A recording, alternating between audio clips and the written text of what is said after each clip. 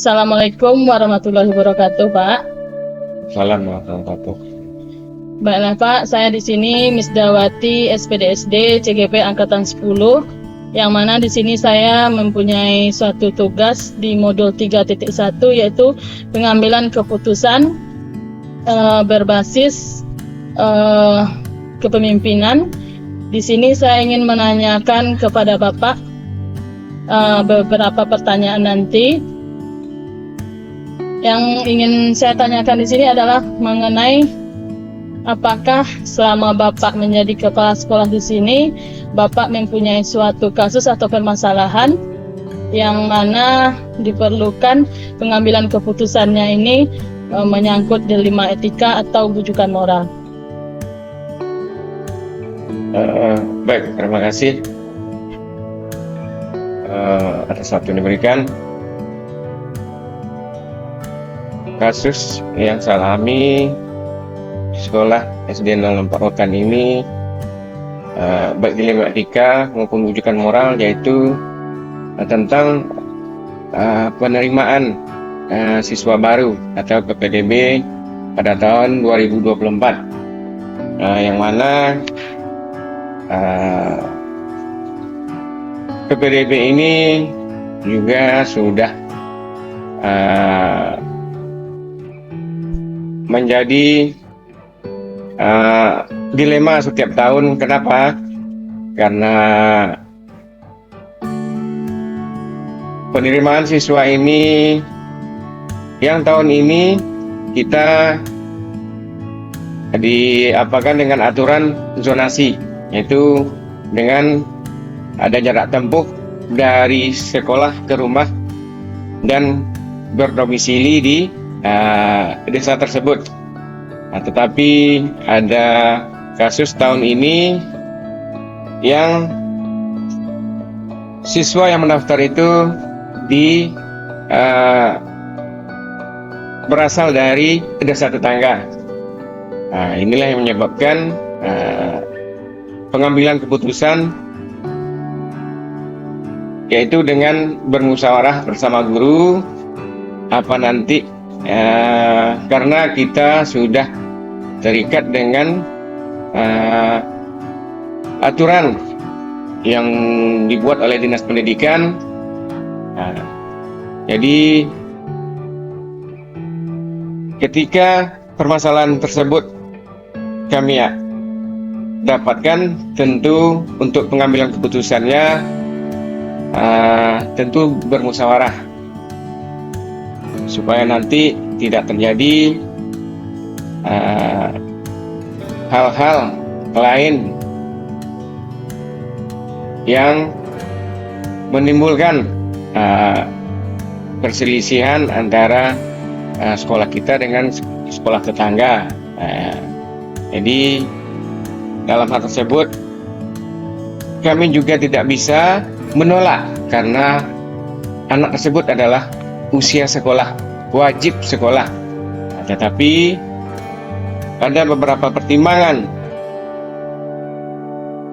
yang harus saya lakukan bersama guru, yaitu untuk menerima anak tersebut. Jadi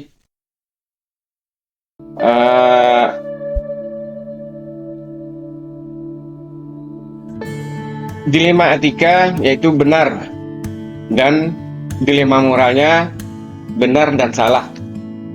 Jadi benar, orang tua tersebut benar mau menyekolahkan, tetapi karena kita di dalam aturan yang sudah ditentukan oleh Dinas Pendidikan harus menerima siswa berdasarkan zonasi. Oh ya, berarti seperti itu ya Pak ya. Untuk kasus yang Bapak hadapi, yaitu masalah PPDB yang tahun 2024 ini, masalah zonasi ya Pak. Karena apabila tidak kita terima, nanti itu anak tersebut pada usia sekolah. Baiklah Pak, untuk pertanyaan pertama yang ingin saya tanyakan, yaitu selama ini bagaimana Bapak dapat mengidentifikasi kasus-kasus yang merupakan dilema etika atau itu bujukan moral?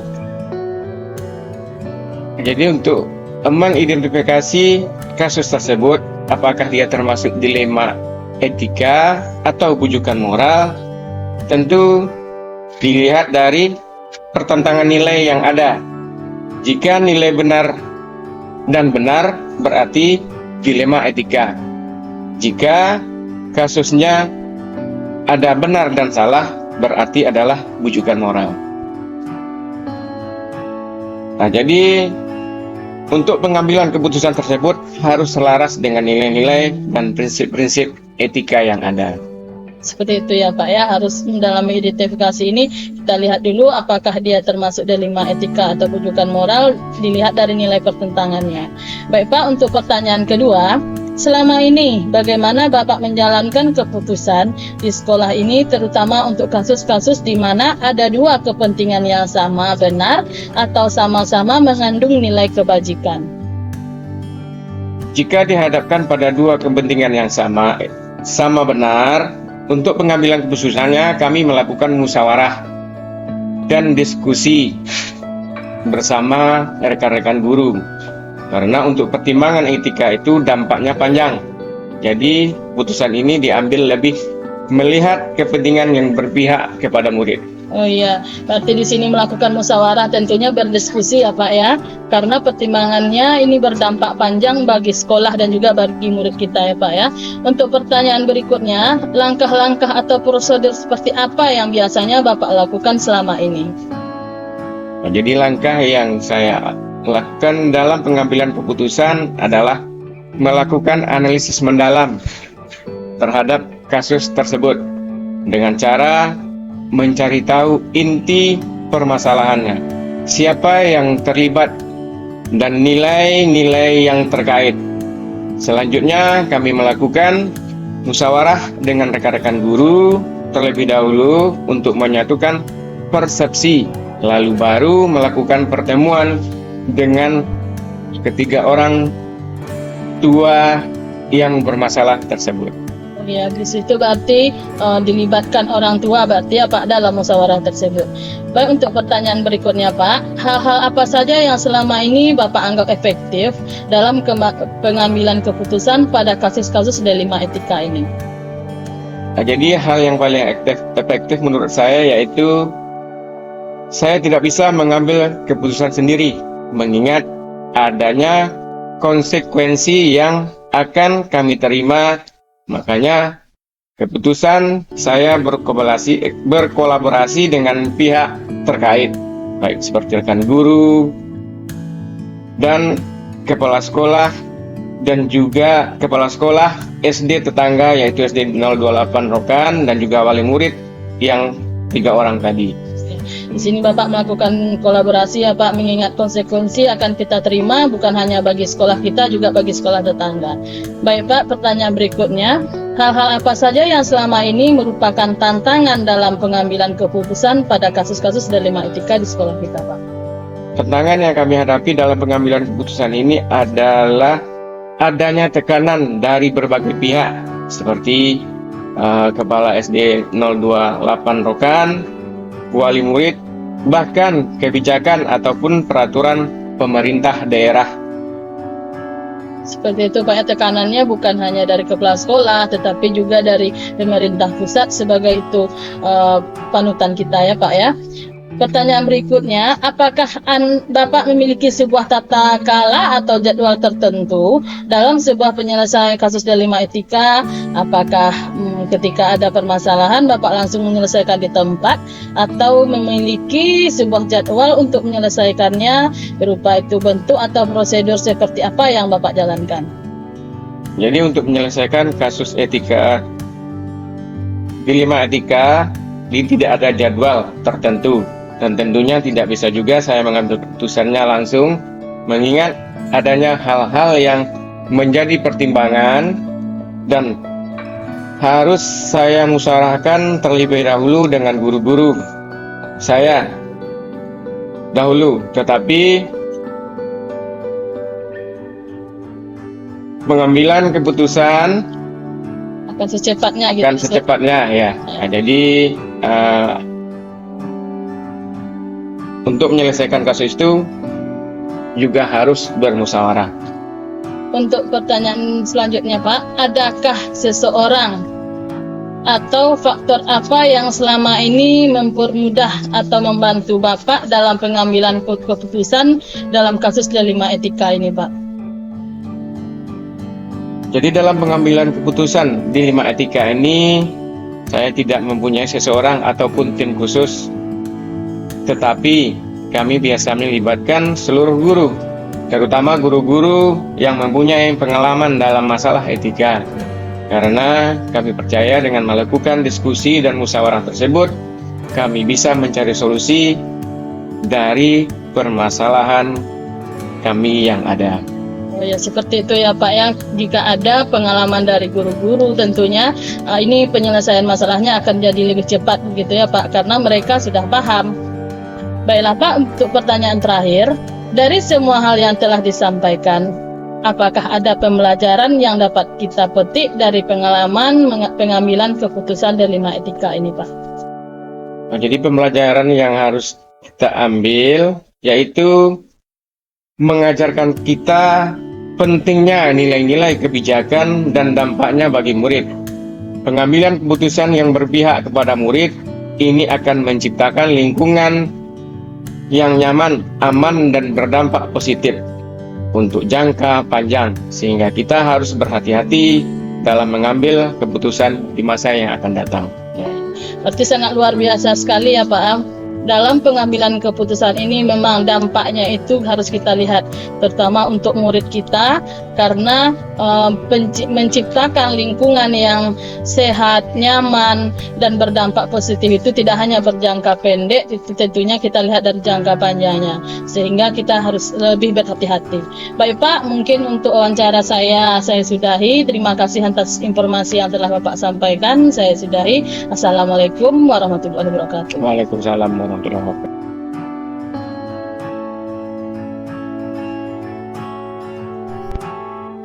Assalamualaikum warahmatullahi wabarakatuh, Bu Sri. Waalaikumsalam. Perkenalkan, saya di sini Miss Dawati, SPD SD CGP Angkatan 10 Kabupaten Rokan Hulu. Pada kesempatan ini saya mendapatkan tugas yaitu mewawancarai kepala sekolah, salah satunya yaitu Ibu Sri Nurjanati selaku Kepala KB Dahlia atau PAUD Dahlia di daerah sekeliling di sekitar sekolah kami, yaitu di daerah Desa Lubuk Bendara Timur ini. Beberapa pertanyaan nanti akan saya ajukan kepada Ibu Sri selaku kepala sekolah di sini, menyangkut pengambilan keputusan-keputusan di sekolah yang berbasis nilai-nilai kebajikan sebagai kepemimpinan. Yang ingin saya tanyakan di sini yaitu, apakah selama Ibu menjadi kepala sekolah ini, Ibu mempunyai suatu kasus atau permasalahan yang melibatkan atau yang dalam pengambilan keputusan berbasis nilai-nilai kebajikan? Bagaimana Bu Sri? Ya, ada memiliki satu kasus pada awal ajaran baru ini. Kami mendapatkan satu orang yang berkebutuhan khusus. Secara psikologis, anak ini termasuk anak yang ADHD, yaitu anak yang mengalami gangguan perkembangan yang ditandai dengan segumpalan masalah berupa gangguan pengendalian diri, hiperaktivitas yang menyebabkan kesulitan berperilaku, berpikir, dan pengendalian emosi. Yang mana anak ini kalau dia kesenangan atau kecakian dia meloncat-loncat gitu. Nah, nanti kalau dia kesenangan suka-suka berbisik-bisik gitu lah di telinga temannya gitu.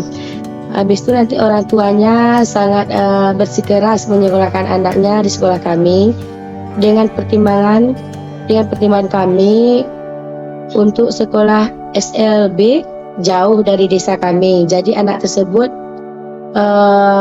orang tuanya dilema. Dia semangat kali mau menyekolahkan anaknya. Jadi anak tersebut masuklah ke tempat kami.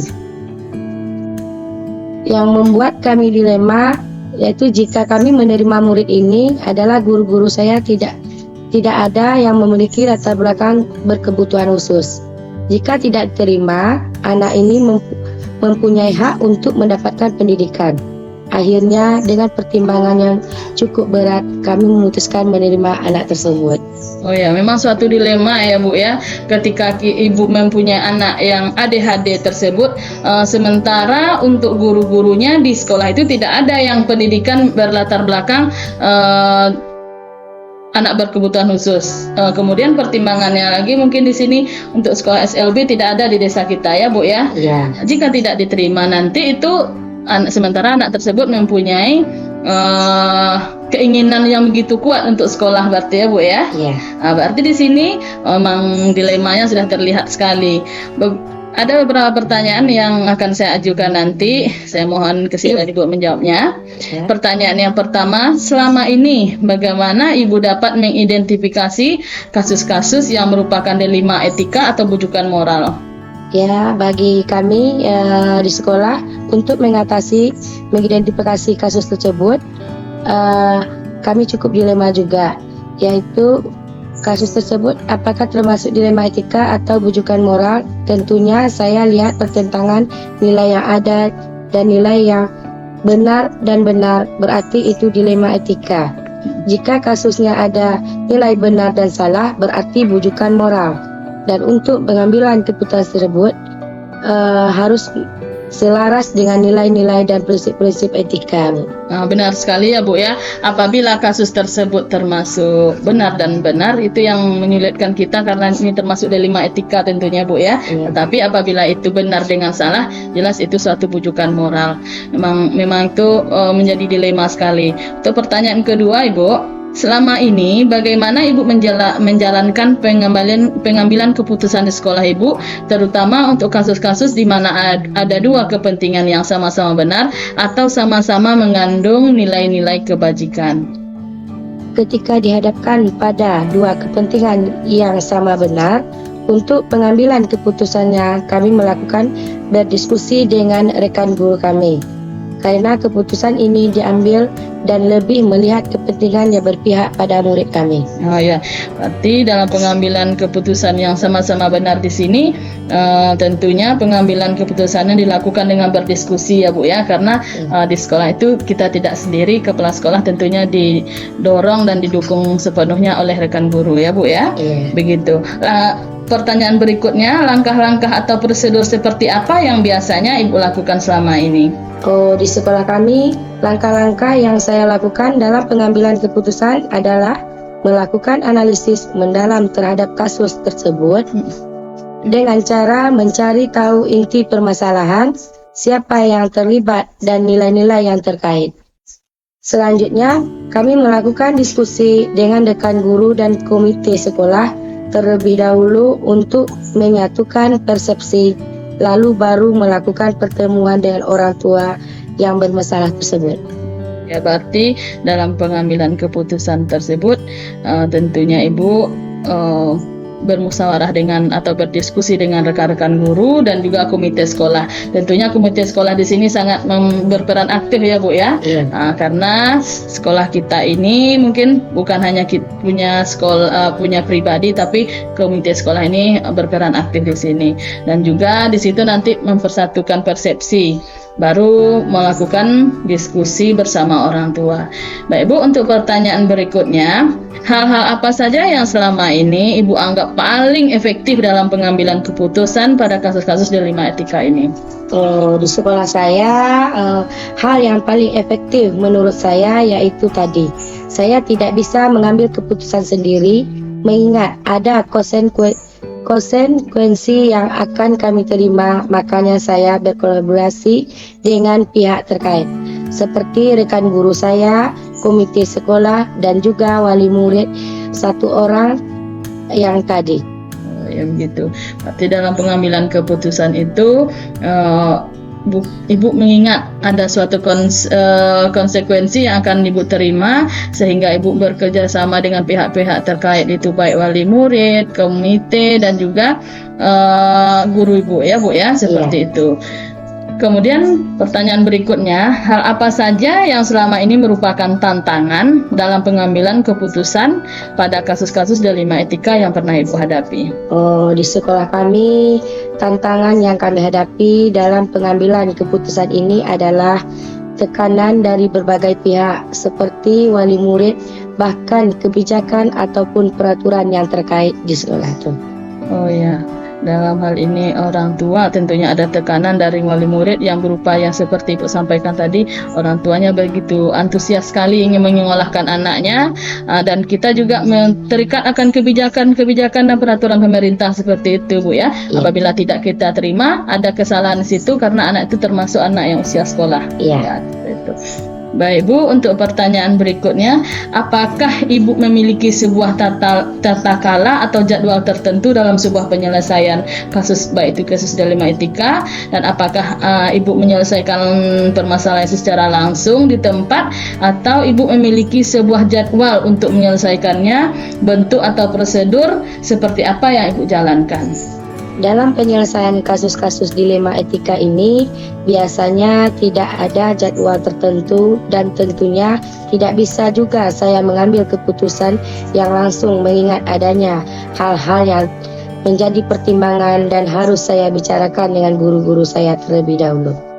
Tetapi kami pihak sekolah akan berusaha secepat mungkin menyelesaikan kasus-kasus yang menyangkut dilema etika tersebut. Oh iya, berarti ketika ada satu masalah Ibu tidak bisa langsung memutuskan, tetapi mungkin Ibu bisa berkonsultasi dulu dengan guru-guru Ibu, seperti itu ya Bu ya? Iya. Nah, baik, untuk pertanyaan berikutnya, apakah ada seseorang atau faktor-faktor apa yang selama ini mempermudah atau membantu Ibu dalam pengambilan keputusan yang menyangkut kasus-kasus dilema etika di sekolah Ibu? Dalam pengambilan keputusan dilema etika ini, kami tidak ada mempunyai seseorang ataupun tim khusus, tetapi kami biasanya melibatkan guru, terutama guru-guru yang mempunyai pengalaman dalam masalah etika. Karena kami percaya dengan melakukan diskusi dan musyawarah, kami bisa mencari solusi dan permasalahan tersebut, Bu. Oh ya, seperti itu. Kalau tim khusus memang tidak ada, tetapi tentunya di sekolah itu guru-gurunya tentu lebih berpengalaman ya Bu ya, karena mungkin kasus ini bukan kasus pertama juga, mungkin sebelumnya Ibu juga pernah mengalami kasus ini, dan guru-gurunya tentunya sudah berpengalaman dan mereka mempunyai trik-trik tertentu menghadapi anak-anak yang ADHD tersebut ya Bu ya. Iya. Seperti itu. Mungkin ini pertanyaan terakhir Bu, dari semua hal yang telah disampaikan tadi, pembelajaran apa yang dapat Ibu petik dari pengalaman Ibu dalam pengambilan keputusan dilema etika ini? Saat menghadapi kasus-kasus dilema etika telah mengajarkan kita pentingnya nilai-nilai kebijakan dan dampaknya bagi murid. Pengambilan keputusan yang berpihak pada murid ini akan menciptakan lingkungannya nyaman, aman, dan berdampak positif untuk jangka panjang. Sehingga kita seharusnya berhati-hati dalam mengambil keputusan di masa yang akan datang. Gitu, Bu. Memang sangat luar biasa sekali ya Bu ya, masalah dilema etika ini mengajarkan Ibu sebagai kepala sekolah tentang pentingnya nilai-nilai kebajikan. Yang penting usaha Ibu ini dampaknya harus kepada murid itu lebih yang ke positif. Iya. Kemudian dalam pengambilan Ibu mengambil keputusan ini, Ibu lebih mengutamakan untuk menciptakan lingkungan yang nyaman bagi anak belajar, aman, dan tentunya berkat dukungan dari orang tua, guru, dan pihak-pihak yang terkait di sini, usaha atau keputusan yang Ibu ambil sini pasti membawa dampak positif dan untuk jangka panjang begitu ya Bu ya, untuk masa yang akan datang. Mungkin Bu, terima kasih atas wawancara kita ini, Ibu sudah meluangkan waktu. Semoga memang kami lihat perbedaan dari sekolah kami yang SD dengan TK itu sangat luar biasa. Mungkin hanya ini terima kasih atas waktunya. Saya sudahi. Assalamualaikum warahmatullahi wabarakatuh. Waalaikumsalam warahmatullahi wabarakatuh.